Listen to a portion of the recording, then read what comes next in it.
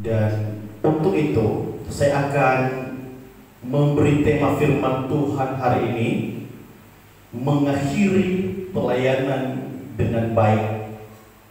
Mengakhiri pelayanan dengan baik. Baik Bapak Ibu, langsung aja kita akan melihat Alkitab kita dengan tidak banyak basa-basi lagi di dalam 2 Timotius pasal 4 ayat 6 sampai ayat yang ke-8. Surat 2 Timotius pasalnya yang keempat ayat 6 sampai ayatnya yang ke-8. Bapak Ibu, saudara-saudara ikuti di Alkitab. Saya akan bacakan. Demikian firman Tuhan. Mengenai diriku, darahku sudah mulai dicurahkan sebagai persembahan, dan saat kematianku sudah dekat. Aku telah mengakhiri pertandingan yang baik.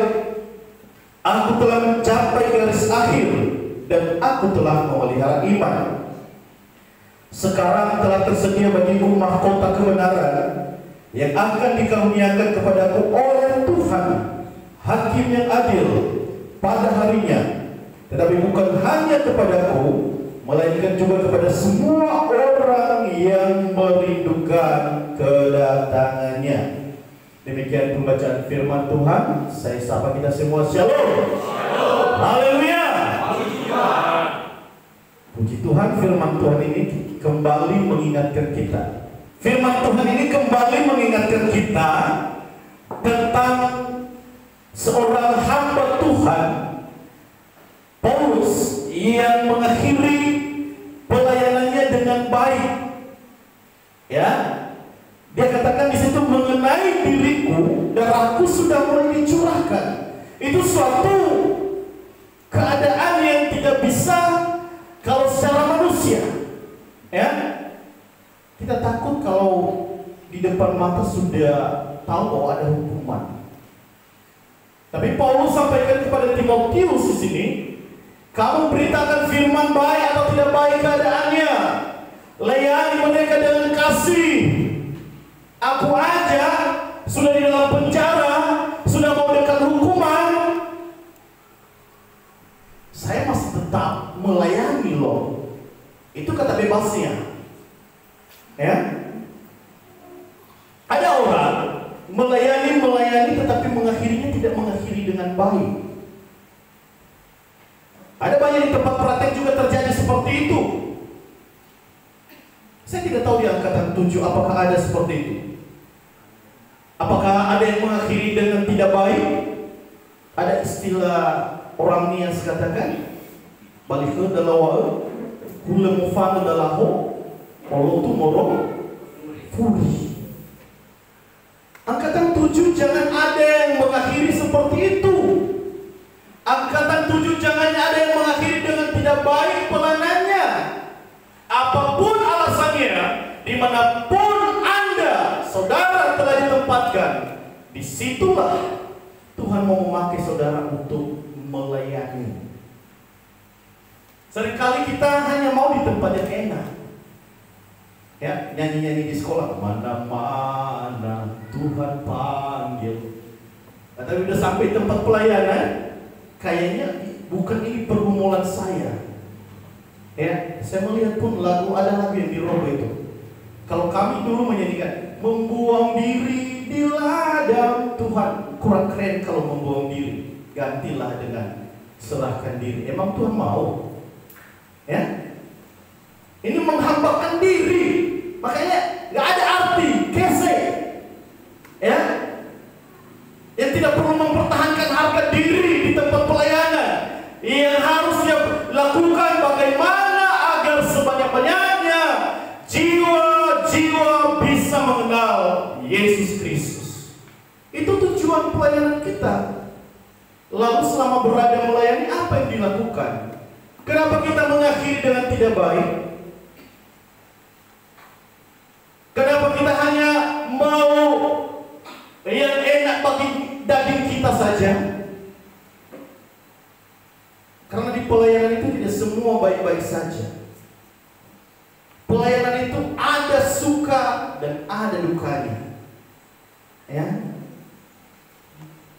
yang praktik di tempat saya sudah sampaikan bahwa saya tidak akan pernah mau jemput apapun ceritanya. Makanya Pak Koordinator agak sedikit mikir-mikir kau kasih dulu.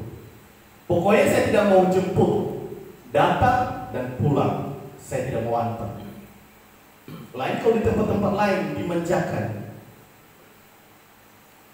ya.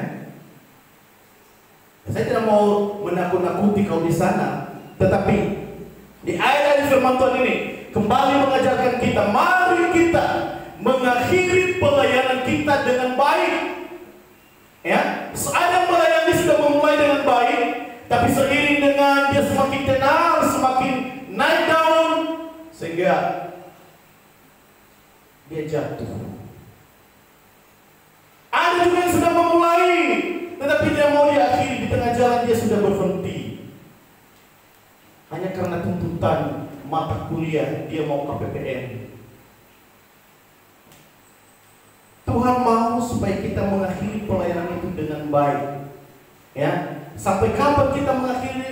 Ya, sampai kita berada di sebatas kita ada di dunia ini. Jadi sudah masuk di pelayanan, jangan bilang lagi saya tidak mau. Ini bukan maunya saya. Di ayat-ayat yang sudah kita bacakan, itu tadi dikatakan, mengenai diriku, darahku sudah mulai dicurahkan sebagai persembahan, dan saat kematianku sudah dekat. Wah, ketika saya baca ini agak merinding. Mengenai diriku, darahku sudah mulai dicurahkan. Dia berbicara tentang hukuman yang akan dia terima. Paulus berbicara tentang keadaan yang sudah ada di depan matanya yang akan diterimanya kelak. Tapi saya melihat di sini apa yang kita pelajari, apa yang dia lakukan untuk mengakhiri dengan baik. Paulus mau tetap setia sampai akhir, meskipun di depan matanya ada hukuman, meskipun di depan matanya ada sesuatu yang mengancam nyawanya, dia tetap setia untuk melayani Tuhan. Mari saya mengajak semua angkatan 7 dan semua yang ada di tempat ini, saya mengajak untuk kita mengakhiri, menunaikan tugas pelayanan itu. Jangan hanya sampai saat ini, sampai besok, tetapi sampai kedatangan Tuhan Yesus kali yang kedua. Amin. Karena setia itu bukan hanya sampai besok. Setia itu bukan yang sudah lewat, tapi setia itu terus menerus dan terus menerus sampai kedatangan Tuhan. Bukannya sampai saat ini atau sampai besok atau sampai kita tamat di STIM kita setia. Tidak. Tuhan menghendaki kita mengakhirinya setia sampai akhir. Ya, itu yang bisa mengakhiri dengan baik, yang setia sampai akhir. Ya, dia mengakhiri setia sampai akhir. Kalau di Wahyu kita kenal dengan perkataan barang siapa yang setia sampai akhir, dia akan menerima mahkota kehidupan. Setia, orang yang setia pada perkara kecil dipercayakan perkara yang besar. Yang tidak setia tidak dipercayakan. Tapi terkadang sudah dipercayakan lupa daratan. Ya, itu banyak terjadi hal seperti itu. Ya, yang kedua, saya melihat di sini apa yang Paulus katakan lagi hingga dia bisa bertahan sampai akhir melayani. Ayat 7. Aku telah mengakhiri pertandingan yang baik. Aku telah mencapai garis akhir. Di sini Paulus katakan dia taat sampai akhir. Setelah setia dia belajar taat. Taat apapun yang terjadi. Taat mengikuti apa maunya Tuhan. Taat mengikuti pertandingan yang sedang, pertandingan iman yang sedang dia jalani. Taat melakukan kehendak Tuhan. Karena ada orang melayani tetapi tidak taat. Pintar melayani memimpin pujian tetapi tidak taat. Pintar main musik tetapi tidak taat. Pintar IQ-nya di atas rata-rata temannya tetapi tidak taat. Itu juga tidak akan bisa mengakhiri dengan baik. Karena suatu saat nanti dia akan kesandung dengan keadaannya yang tidak taat itu. Paulus belajar taat meskipun keadaan tidak memungkinkan. Ya, dia belajar taat, saudara. Jadi angkatan 7 pun saya percaya sudah belajar taat pada tempat-tempat pelayanan masing-masing. Amin. Sudah taat, makanya bisa diloloskan. Ya, taat. Dia sudah belajar taat. Ya, orang yang bisa mengakhiri pelayanannya dengan baik sampai akhir, dia adalah orang yang taat. Ya, taat pada firman Tuhan, taat pada doa-doanya. Dia taat berdoa. Dia tidak mengabaikan. Dia tidak hanya berdoa di saat ada mentor rohaninya, di saat ada Bapak Ibu pendeta, di saat ada Bapak Ibu gembala di tempat pelayanan. Dia belajar taat. Tidak perlu disuruh-suruh di tempat pelayanan. Taat. Kalau di tempat kami, saya sudah sampaikan itu, jam doa itu bagian praktik jangan pernah dilalaikan. Harus taat. Jam-jam sekian berdoa. Apapun kerjamu tinggalkan. Yang penting kalau sedang masak, matikan kompor. Ya, belajar taat. Taat pada kehendaknya Tuhan. Taat juga pada aturan-aturan yang sudah diberikan. Ya, supaya nanti kita bisa diwisuda, supaya nanti bisa diwisuda anak-anak kami. Bukan kita ya. Supaya nanti anak-anak kami bisa ikut wisuda. Karena walaupun sudah sampai di akhir, kau tidak taat, ada aja cara nanti bisa didiskualifikasikan. Ya. Dan ketiga, apa yang dilakukan di sana lagi Paulus?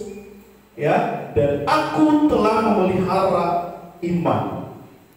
Selain dia belajar taat, dia juga memelihara imannya, menjaga kerohaniannya, menjaga dirinya tetap ada hubungan dengan Tuhan. Ya, tidak hanya mengisi otak, tetapi dia juga mengisi kerohaniannya. Dia mengisi spiritualnya. Ya. Jadi anak-anak kami, untuk kita bisa mengakhiri sampai akhir, belajar memelihara iman, supaya imannya itu jangan goyah, jangan berpindah, jangan mudah diombang-ambingkan dengan keadaan apapun. Ya, kita sudah punya iman masing-masing, sudah percaya kepada Yesus, jangan lagi mau percaya kepada hal-hal yang tidak berasal daripada Tuhan. Sehingga nanti tidak ada lagi lulusan anak STAM yang kalau dia sakit percaya mau datang ke dukun. Apa penyebab penyakitku? Orang tuanya bawa dia untuk berobat ke dukun. Tidak ada lagi itu. Beriman sungguh-sungguh kepada Yesus. Dia memelihara imannya, memelihara kerohaniannya di hadapan Tuhan. Ya.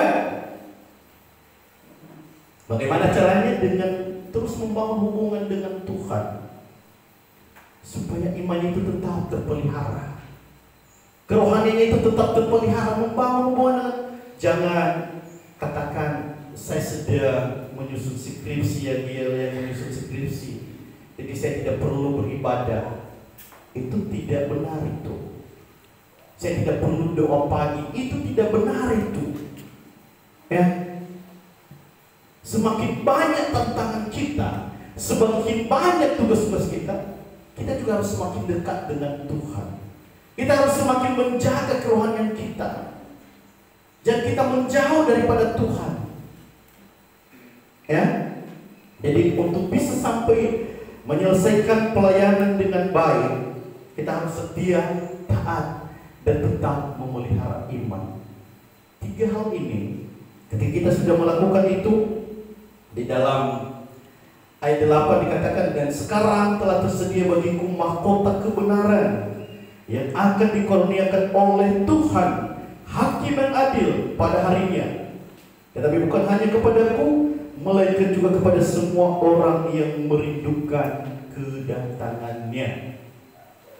Jadi kalau kita sudah setia taat, memelihara kerohanian kita, iman kita ini, percayalah suatu saat engkau akan menerima upah dari apa yang kau buat sekarang. Amin.